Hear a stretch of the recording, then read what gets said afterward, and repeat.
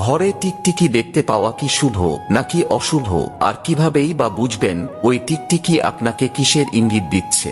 আসুন জেনে নিই কি বলছে বাস্তুশাস্ত্র। তবে তার আগে প্রভু শ্রীরামের ভক্তরা লাইক করে কমেন্টে জয় শ্রীরাম লিখে দিন। প্রভুর আশীর্বাদ সর্বদা আপনাদের সাথে থাকবে।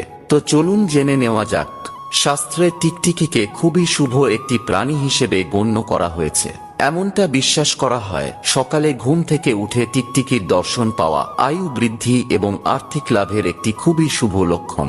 তবে জেনে নিন, ঘুম থেকে উঠেই যদি কোনো মৃত টিকটিকির দর্শন পান তাহলে তৎক্ষণাৎ সাবধান হয়ে যান, কারণ এটি ভবিষ্যতে আসা কোনো বড় ধরনের দুর্ঘটনার সংকেত হতে পারে।